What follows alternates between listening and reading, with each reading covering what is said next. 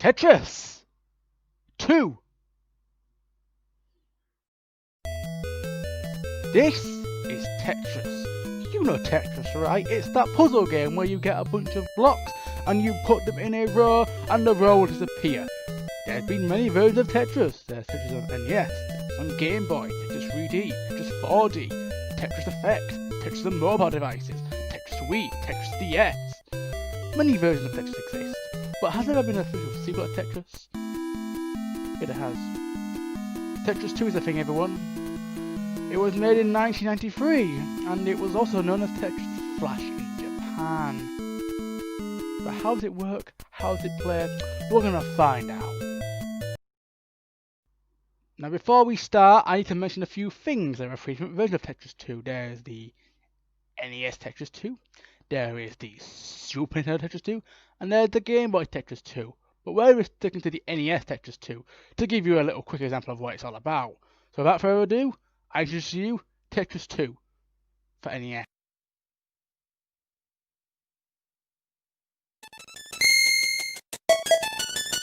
Alright, this is Tetris 2. You can choose between 1 player by yourself, because if you're a lonely bastard, you can choose between 1 player versus 2 player, if you've got someone to play with. We're going to go with human versus computer. Why not, you know what I mean?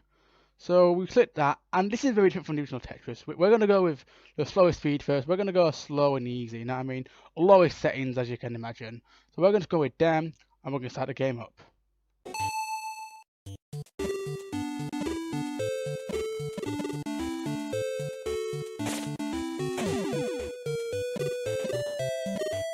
So this is Tetris 2. Any questions? Me. I know you're thinking, what the hell is this? This isn't a Tetris game. It looks all weird and wild.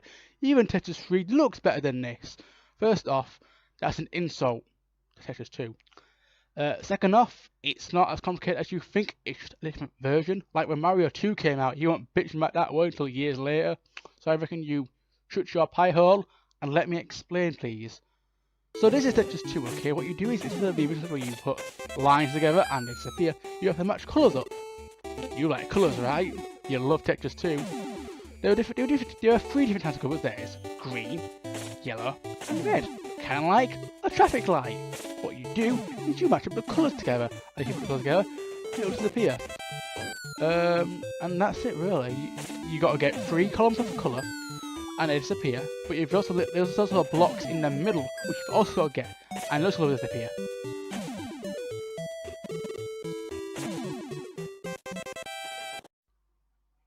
That's Tetris 2. There's a 1-player mode where you can play by yourself, but that's Tetris 2. It's a puzzle game, for Christ's sake. What can I talk about? It's Tetris. Everyone knows Tetris. Everyone's played Tetris.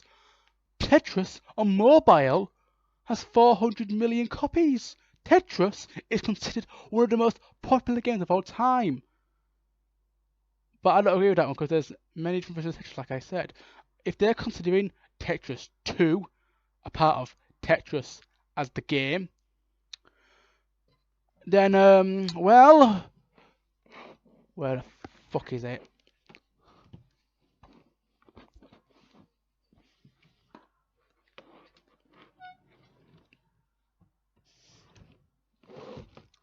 Oh, here it is.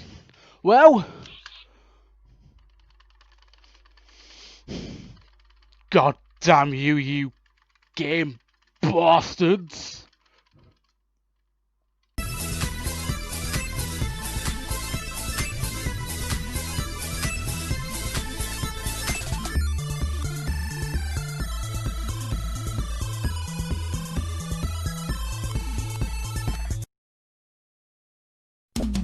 आओ चलकर happy मील खाए और McDonald से Sega games लाए Tails soccer Sonic skateboard Rouge and Amy tennis green puff flower catch Shadow basketball Knuckles baseball जी भरकर फिर खेलें, खूब हल्ला गुल्ला मचाएं और दोस्तों को भी बतलाएं। चलो चलकर हैप्पी मील खाएं। चलो चले McDonald's से Sega games लाएं. I'm loving it.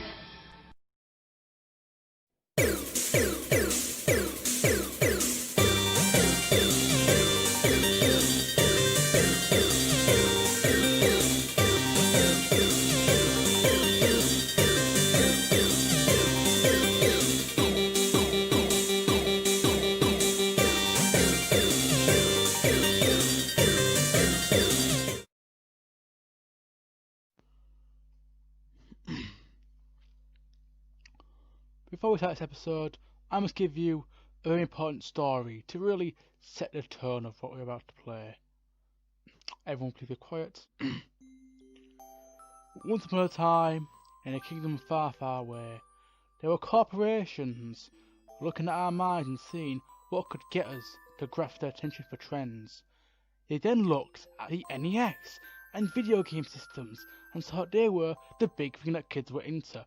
So they decided to create an evil concoction with Virgin Airlines and media with the McDonald's. They created the horrific thing known as MC Kids. McDonald's! I'm loving it. Everyone knows McDonald's, right? Ronald McDonald, you know, he's that big happy clown. He no longer gets anymore because he's him with this thing. But he was a mascot for McDonald's for quite a long time, since the invention to that thing. But he's a very important staple in the fast food media and American culture. Want to supersize him anyone? All jokes aside, McDonald's is quite a big titan in the food empire. They do sell a lot of cheeseburgers and hamburgers and Big Macs, but we're going to be playing their video game called MC Kids. There are many McDonald's games out there, I think everyone knows that. This one's a special one. This one is a 2D side-scroller. One of my favourites, and it's for the NES in 1991. My favourite kind of game. Without further ado, there's no next explanation for this one, but it's just McDonald's. So, this is MC Kids for the NES. But before we do that, I must get into full gear. 1 minute.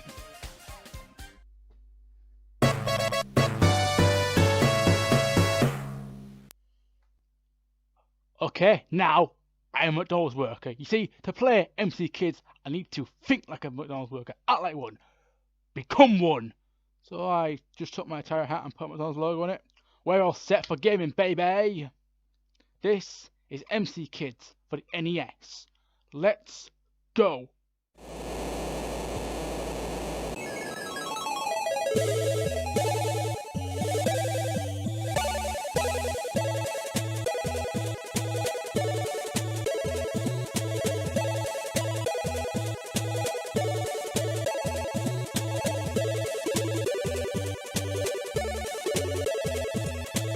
Game start with a story, right? The story of this one is two kids are reading a book about Ronald McDonald, and they get sucked into his book, I guess. And the Ronald McDonald, like a hunched over grown man, will look down at this tiny child and go, "Hello, child. Can you get my magic cards back, please? In return, you get a Big Mac." Because he's a creepy guy, isn't he? Spooky, spooky, spooky. MC Kids. It's like a side scroller, for example. Like in Mario. Unlike Mario 3 or Mario 1, it's more against the Mario 2, where you would, instead of jumping on the enemies, you would pick shit up and fling it at the enemies. But what you have to do is you have to get one of those cards, you see. You can't just advance to the next stage, you have to get these specific cards, because then you'd fix this game in like a zip of a Zeus. So McDonald's became clever with their corporate big minds. They had big brains on this one.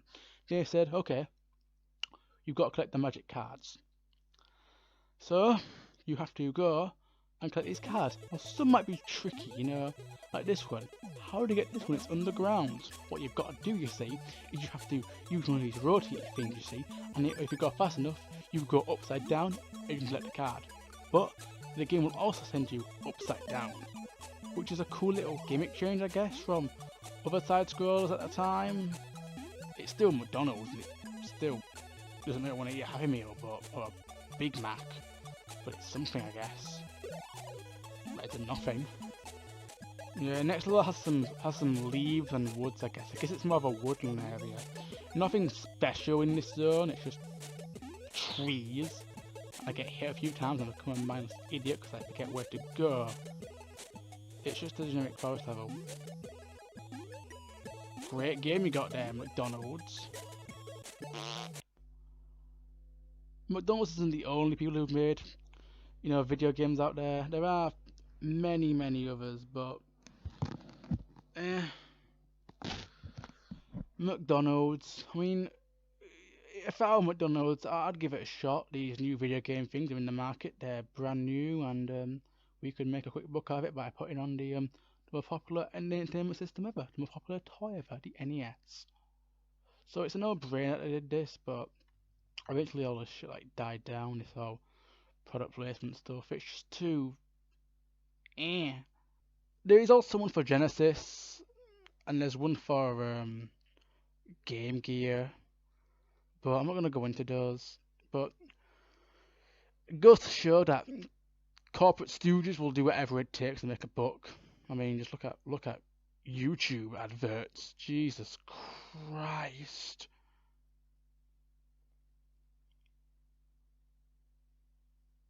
But silence, brand. Because no one likes being advertised shit, do they? It's too corporate for a video game. But I mean, they're not the only ones. I think Burger King did one. Yeah, they did a few. Pepsi Man also is a thing from Pepsi. There's loads of these corporate shite games that exist just for you to sell shit. You know what I mean? They just exist. I don't blame them for making it. There aren't as many now. There shouldn't be. It's just it wouldn't work nowadays. If I don't know if there was a TikTok game, for example, and it just pushed you to get the TikTok app, but the game was free, but it just pushed you to get a TikTok app, it wouldn't work out to this day and age. It's too, I don't have words to describe it. MC Kids is a footnote in video game history to show how corporate studios try to take our actions and beliefs. Okay, not beliefs, but our love for video games, and saw what the cool thing was. They tried to latch onto that, and it failed like a sinking ship, and that's it. Ronald McDonald isn't with us anymore. He got retired in 2014 and got replaced with the Happy Meal, the happy thing. I don't know what you think of that. I don't like it. I think it's terrifying, but we're all entitled to our own opinions. Yeah. Don't forget to buy a Big Mac. And I don't think McDonald's will be hiring me anytime soon, will they? Lol.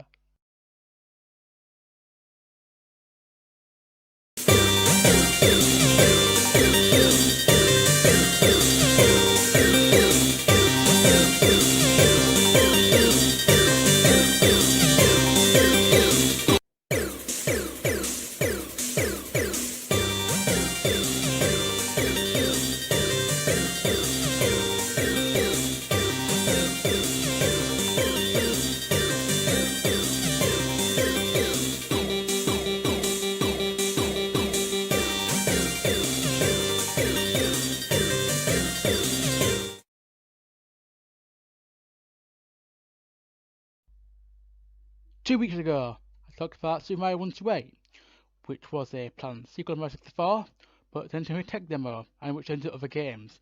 So, what's this about then? Well, this is about the weird creepypasta that exists of Mario 128. Because it has to exist, doesn't it? Creepypastas aren't scary. At least for the most part, they aren't scary. It's just stupid stories and stupid jump scares at the end of the day. Sonic X is not scary, it's stupid. Mario 120 is not scary, it's stupid. Unless you're 6 years old, you have no reason to be afraid of any of these things. You really don't. So I'm going to read to you the Super Mario 128 Creepypasta. Jesus Christ, what has my life come to? I was gonna play Shrek, but we're doing this.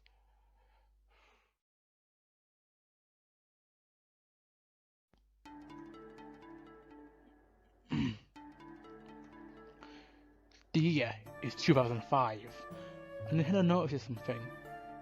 Microsoft, Sony, PC Master Race. They've all got something in common. They've all got these gritty, violent games where you go pew pew and bang bang. So Nintendo thinks and they go, what if we made Mario like that? Like we took cartoon Mario and made him a motherfucking gangster. What would happen? You know, we give him a gun and we make him fuck on fire. Kind of like GTA. GTM, Grand Theft Mario. So they dabble and they dabble, and then one day someone finds a Wii copy of the game Super Mario 1-8. Then they open it. They open a disc, put it in a Wii. It goes. The Wii menu comes up, and then the game is on. All you see is nothing but black text and just a title card, Super Mario 1-8. Then the game starts, and it's in a hill desert, and Mario's there. He looks more normal, more human, you could say. Whenever he jumps on land, he does little grunts like, ooh, ah, ooh, ee, ooh, ah. And then you see Toad. Don't know how Toad's gonna sound in this one because I cannot imagine that voice saying this, but he goes, we don't want you here, Mario, anymore. You can fuck off now. So then it ends like that, and then it opens up to a town, and Mario's in a town. He's in Brooklyn, goddammit. He's in a town. He's a midget. He's walking around. There's all these realistic people looking at him, kind of like Mario Odyssey, but more darker. So he's walking and walking, and then he finds a house. It's his house. He then walks, and then you're in the living room, and then Bowser comes, but it's not cutesy, you know, Bowser. It's a realistic dragon or lizard motherfucker, and he comes in. He goes, Mario. He goes, Mario. I'm gonna take your soul and kill you. And then Bowser, with his freakishly realistic claw, takes Mario and slices him open. Then the game ends, and all you see is a tombstone with something on it. I forgot what it said. And that's the story of Super Mario 1-8. Yeah, what the fuck did I just read? None of that makes any goddamn sense. Here's why my own creepypasta makes no goddamn sense. Number 1, Nintendo's always been a family company since the 1960s, since they had success with making Disney cards back in Japan. Why in God's name would they switch it out all of a sudden because other games were getting grittier? There's still a market for games for children, just like how there's still a market for shows for children. Just because more people are turning to gritty stuff in the media does not mean the thing has to go together. Number 2, why would it be on Wii? The Mario 1-8 tech demo was for the GameCube initially. Why would they get the name and then use it for a Wii prototype? Number 3, what would they really make it that realistic? Like, I know Mario Odyssey is pretty damn detailed in HD, but I don't think they'd ever go that far. They'd never do anything like that. But then again, it's creepypasta. I like to call it creepy bullshit. This pasta's raw, it's uncooked, and it tastes like shit. Well,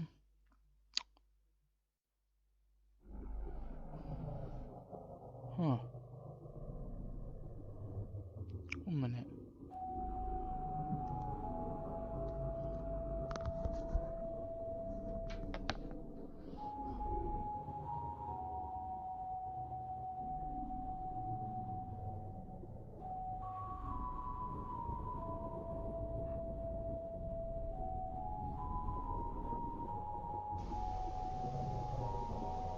Huh.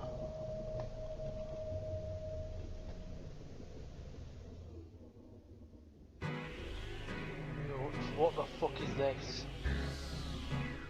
Mario 128, eh? We'll fucking see about that. Blank text. Feels like a basic Wii disc. Huh. Well, here we go. Oh. Oh! Oh! It's Viva Pinata for Xbox 360. That motherfucking badger, he ate all my worms. I'll never forget that motherfucker for doing that. They were my worms, you piece of shit.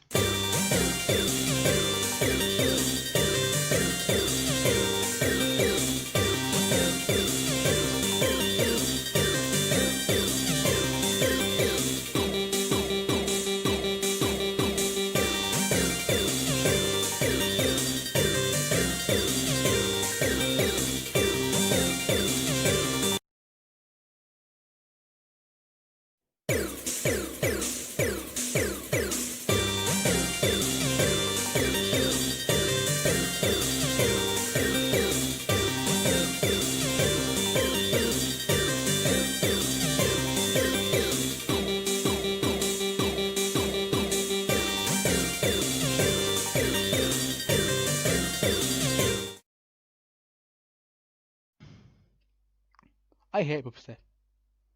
I swear this is related to the video, but I hate Bubsy. I don't like its controls, don't like how it plays, don't like the TV show that came with it. I need to play the sequels. One day I'll continue Bubsy one day. You don't know, maybe I will. But at least I can say that's an official game.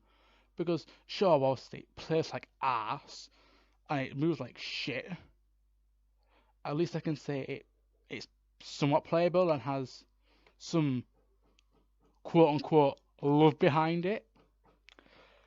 Bootlegs have no love.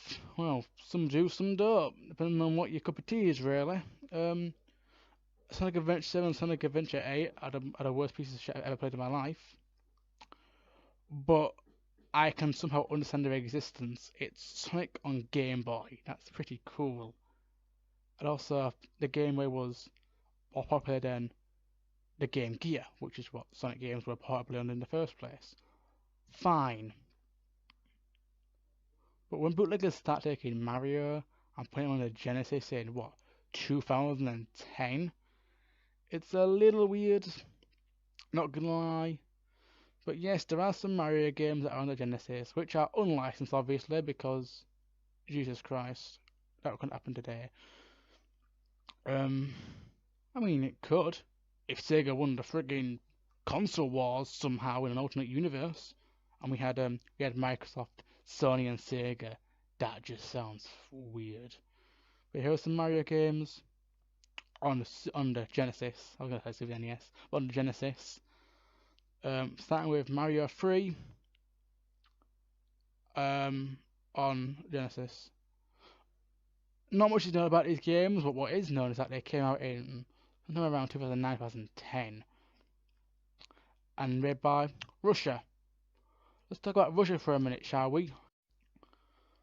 So one of the main reasons all these bootlegs come out in places like Brazil and Russia and shit is because whilst the mainstream folks around the world, we all have our PS4s, our Xbox Ones, and like European audiences and America, we all have all that updated stuff. Places like Brazil and Russia and more poorer countries sometimes sign deals like Tectoy and Sega, but sometimes don't. They distribute older consoles in around that part of the world. Like the Master System and Genesis are still doing amazing to this day in Brazil, which is shocking, I know. And the NES is a bit of a weird one in Russia. There's a video all on its own, but NES, SNES, Genesis, and Master System, they all keep on getting games throughout, unlicensed obviously, but there's so many bootleg Genesis and Super Nintendo games, it would drive you crazy. This is Mario 3 on Genesis, unlicensed, but you knew that already. So the game starts with cloud over the castle as you'd expect. I can't read Russian, so I don't know what the full title is, but I'm just gonna make a story. So Cloud goes over, steals some shit, and Toad cries like a pussy. What, have you got anything better to say? I don't. Go to the Castle Mario.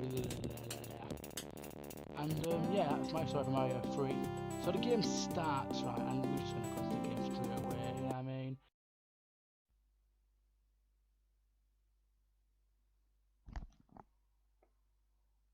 Oh, that was fucking weird. So this is it. It plays like a Mario game, and yeah, Mario 3 on the Sega Genesis. Like, I can jump, I can stomp, I can try for this fucking mushroom, I think. Why is it so high? It's a mushroom, let's get it. Okay, mushroom. No, we can jump, we can break blocks, obviously, like here and here and here.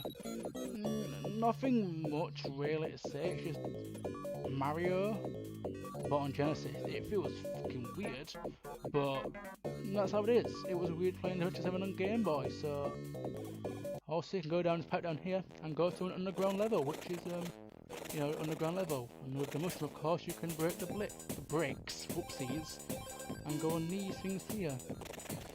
I mean, it's a bootleg Mario game from 2009 to 10, so it's got this cool jam though. Back in the game, we can hit Koopa shells and break bricks. Anything else? So yeah, we just jump and I think it's the end of the level. The screen stops scrolling, so we jump on these mushrooms and boom. And that weird face is there again. Here is level 2. It looks pretty alright, you know, it's got a little harder. It's got this weird ass thing to it. I can't really think of much to say of this. It's Mario, but it's a bootleg. So, you know, hit the Koopa Trooper, get some coins out. Oh shit, a mushroom. No, we can recover, guys, don't we? We're all set in stone. We're getting the mushrooms. Getting the mushrooms. Nice. What the fuck? What the? Okay, calm down. Oh, what the fuck? I was in the sand. I was in the sand. What the? I'm in the sand again. What the fuck? The sand is in my way. What? What? How? What? Guys, listen, okay. Game programmers. I said it with books, right? So, listen here. When you program a respawn, okay, make sure the character is either on the left sunken so when it comes to and anyway, back to the TV.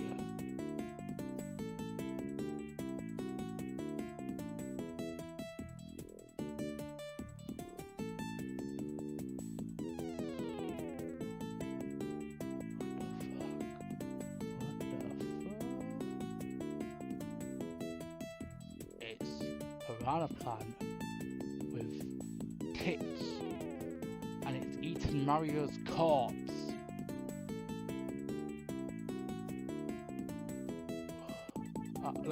Fuck this, man. Just what the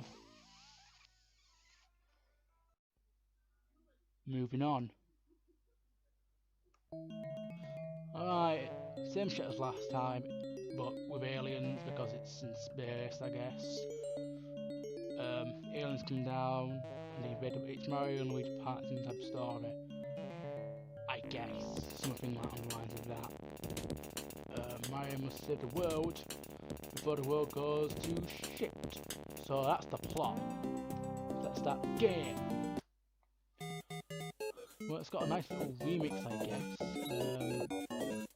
Yeah, it still feels like the last one, but I'm sure it can't be that bad. Should I, guys? Be careful. Stomp's him good. Pushing blocks. It's the same, really. Nothing different, really. Only there's a space background. Oh, and there's blocks from New Mario Brothers, which makes it a little bit different. We can shoot it. Well, it's tradition to lose these shit controls. Mario's like he's like shit. He moves slow as ass when pushed and goes slippery fast. Alright, I can beat this. I can beat this game. No one's coming to what to do. Come on, let's go. Stomped him. Good. Right, what's next? Stomped. No, got the block. Boom. Pipes. Jump. Get the coins. Okay. We're doing good so far. Go on the castle. Yes. Go on the castle, everyone. Get those coins. Bing, bing, bing. And get the pipe. Oh, nice underground section. This one looks a little bit more bigger and more advanced than the previous one. It looks like an underground stage for a Mario game. Or something on the lines of that. Let's get fuck on here. Okay, I'm on. So I get the coins, question block, bling, jump off, jump on the little blocks, and try and get these fuckers. Bing, pipe. Oh shit! Okay. Block, get the shy guy.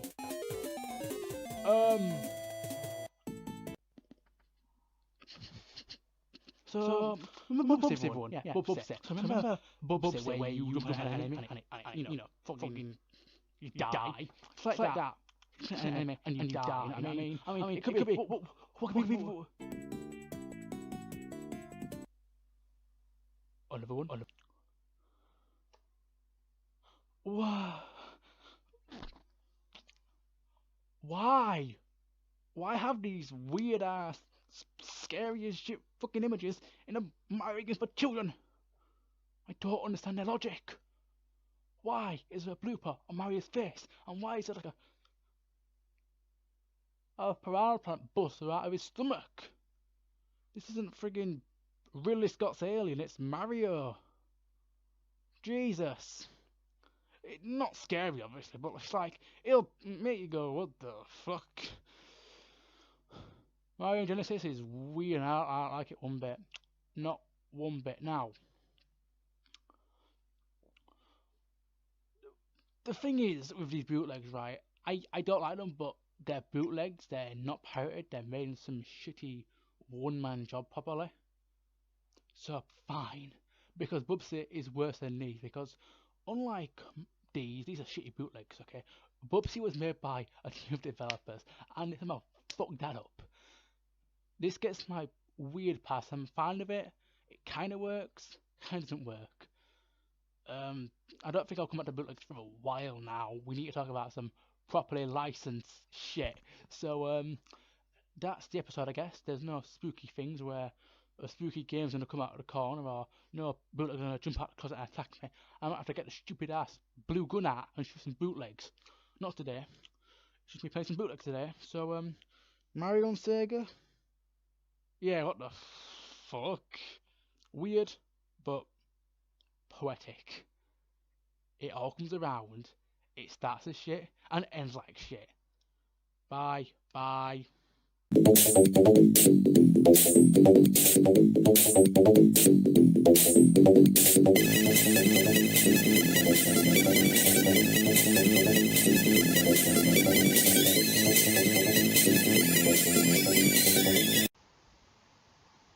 Well,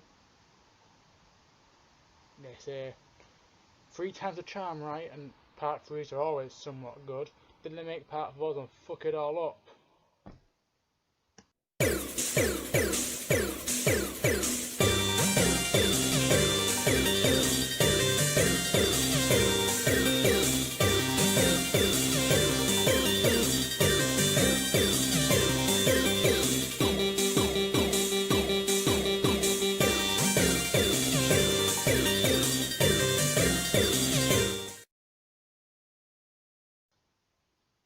Super Mario 1 to 8, remember? Tech demo and stupid creepypasta. What could part 3 be about though? I mentioned the concept and how it went to a demo, and then I mentioned how it went from, well, dark creepypasta, but I didn't mention one more. There were a few little minute things I mentioned I forgot to mention, so we shall mention them now. You know what I mean? Just to get the thing going off the road and so I can finish this bastard thing. So, one of the things that I didn't mention earlier was Super Mario 64 2. What the hell is Super Mario 64 2 made running? Well, I'll explain it. You see, I mentioned Mario 1 to 8, right, and that it was, you know, even 1997. Well, I didn't mention it was called Super Mario 64 2. 64, it's called 128. Let's continue with that, shall we? So what, from what I remember, okay, it was on the 1997, okay, and they weren't going to put it on the GameCube, it was going to be on the D drive, the Nintendo 64 disc drive, which wasn't, I don't think Nintendo 64. It had more data on, I believe could play CDs. CDs! Jesus Christ. But they still wanted them multiplayer shit, right? You know what I mean? No one ran Luigi. But that's not the only thing they wanted. They also wanted 4-player options. I have no idea who the 4 players would be. This is for Mario and Luigi, so I'm just gonna say, well, yeah, it was for Mario and Luigi, so I'm just gonna say what it was gonna be. Toad and Peach and shit like that. Yeah, they want to see if they could do 4 players, but and then 99 was the running around bullshit on the desktop, and that's that. But I guess I go into detail on how this 4 screen shit would have worked. Well, in Mario Kart, how the screens like separated for different bits, it would have been like that. I mean, I don't know, I don't make the game, but we can look at New Super Mario Bros. As an example, I suppose, even though that's in 2D, and this is 3D. Very complex, but I know, but best I can do, really. So, remember the creepypasta thing? Yeah, it turned out that had some truth to it. Crazy, I know. Yeah, it turns out in 2003 they was going to make a Mario 128 and have what would be a Mario Sunshine at that. It was going to have like a revised Mario 64, if that makes sense. Which, if you think about it, right, that's kind of what this is. So could Mario 128 have been reformed into 64 DS? Huh.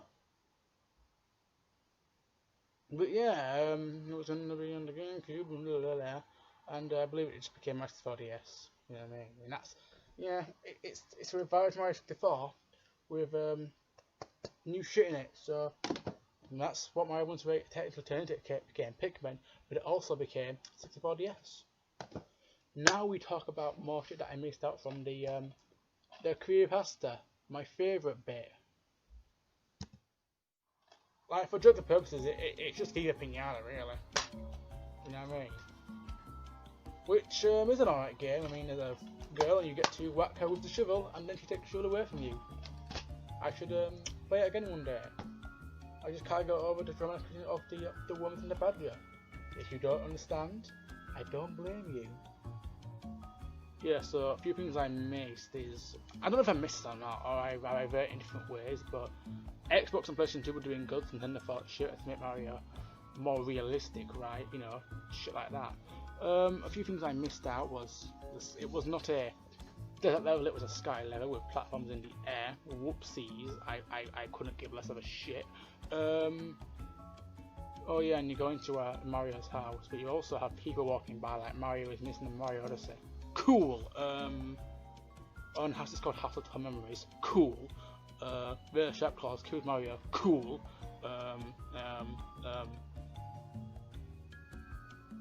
Cool. Yeah, that's Mario. Once a week pasta. Nothing British bullshit. I'm not gonna have any bullshit effects this time. Or any bullshit like that. This is the Mario 128 trilogy. It's complete. Nothing more has to be said. I've said everything about this game. It became Mario 64 DS, which is actually kind of cool, you know. What's called is a pretty good game. It's an underrated game, if I do say so myself. Peace.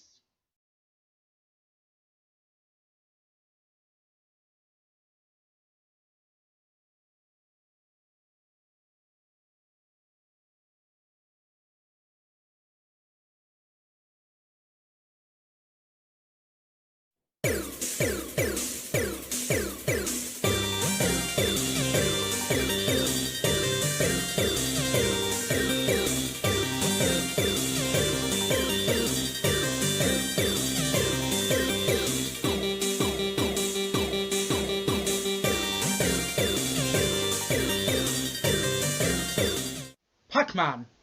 A very good arcade, you could say. Well, what are you going to play? The arcade in your home! Huh, it's 1983. What could I possibly play in my house? I can't just get an arcade board and just slap it in my living room. My parents would kick me out, man. Lucky for you, you have some options. Ah, yes, you do have options. Pac-Man, you know, the munching guy goes, nan. Well, he has his own home video games, of course, because of the series is popular. You're going to get home video games. Pac-Man's on everything now. It started, you know, from the Atari to the NES to the SNES to the PlayStation, Pac-Man World. That's a separate thing, but who cares? There's spin-off games with him. There's party games. There's go-kart racing games. He's been in Mario Kart. He's been in Wreck-It Ralph. He's been in Pixels. He's been in Smash Bros. He's been in many things you see. So it was inevitable that Pac-Man went to come to the whole market, you know. It was popular. People were like getting, you know, quarters in and shit. So of course, let's look at the Christ has a mess. Let's look at the two main Pac-Man ports. The Atari one, which killed Atari, and the NES which saved the NES. Not really, but it was neat to have Pac-Man. Finally, a good version of Pac-Man in our houses. And then there's a few more that we don't care. There's some more Atari versions, like I think there's a 15. We're looking at the two ones, the Atari and the Nintendo. Let's go. But first, talk about Atari. See, Atari had its rights to Pac-Man, but you know, it was a little bit underpowered to run a big game like Pac-Man. So what they have to do? They have to rebuild Pac-Man from the ground up, which I can't blame them for using limited hardware. You know, 5-year-old hardware. I'm glad that the Atari crash kind of happened because Nintendo rose power above Atari. What are Atari doing now? What are Atari doing? They're doing jack shit. I haven't seen anything Atari related aside from merchandising and then related to PlayStation 100 games. They haven't made anything new in years. Only collections, because that's what they're known for. They're known for 70s games, for Christ's sake. No, that's a bad thing, of course. It's good to have the past restored for many consoles. But I'm just saying, now it's in a new console called the VCS. Wait, it's called the VCS. What is this? Getting sidetracked. Again. This is Pac-Man. The first home version of Pac-Man. This is what kids in 1982 had to look forward to when seeing Pac-Man. That's the sound you're going to hear every time you play Pac-Man. It's trying to emulate the sounds that Pac-Man used to make, but it couldn't do it, so it went and it goes dun dun dun dun dun dun dun. Pac-Man PlayStation, it's like Pac-Man, only a flickering, glitchy, pixelated mess. Like I said, it's limited hardware, so what do you expect, really? I mean, it's fine, you can get power pellets, you can double ghosts and shit. I'm good at Pac-Man for the most part. You know, I'm alright, I've gotten better at it over the years, so I haven't played it in ages, so this is first I've played it in a long time, but Pac-Man 500, I mean, it works, and that's all I can say. I don't know how to describe it really. I mean, for the time being, it's okay, you know what I mean? It's not bad, but it could have been better. Okay, so maybe Pac-Man's first loop was a bit of a travesty. Sure, okay, yeah, sure. But surely, within a few years of rise, and Nintendo is now hitting the scene, and it's going big. It's begging the Atari, fam. It's fucking getting the Atari and going, kicking it in the fucking ass. So, when they get the rights to Pac-Man and put it on, you know, the NES, how well is it? Well, Pac-Man on NES, and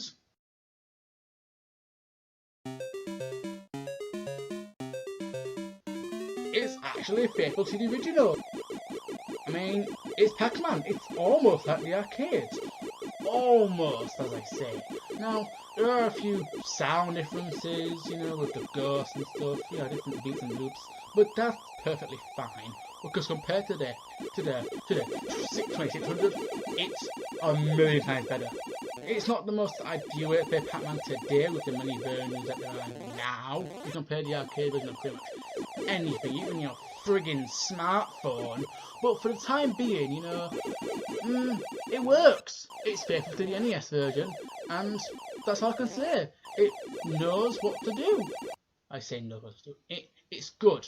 It's a step in the right direction for Pac-Man, honestly. And from this point forward, Pac-Man games looked amazing. Pac-Man World on PlayStation is a great 3D game. They never made a sequel. They never made whatever the hell this thing was. So yeah, it's Pac-Man. If you wanted to play at home, you had two options in the 80s. You had fuck up, alright. And there are a few versions of Pac-Man at home consoles, which is good and all. But we're talking about these two versions because these, I think, like impacted Pac-Man on the home devices. Now, I shall now go play Pac-Man on the NES. I'm waiting for my Pac-Man plug and play, so you know. Bye everyone. I shall see you all later. I'm gonna go play Pac-Man on my NES. Or my Xbox One, or my Switch, or my fucking smartphone, or my fridge.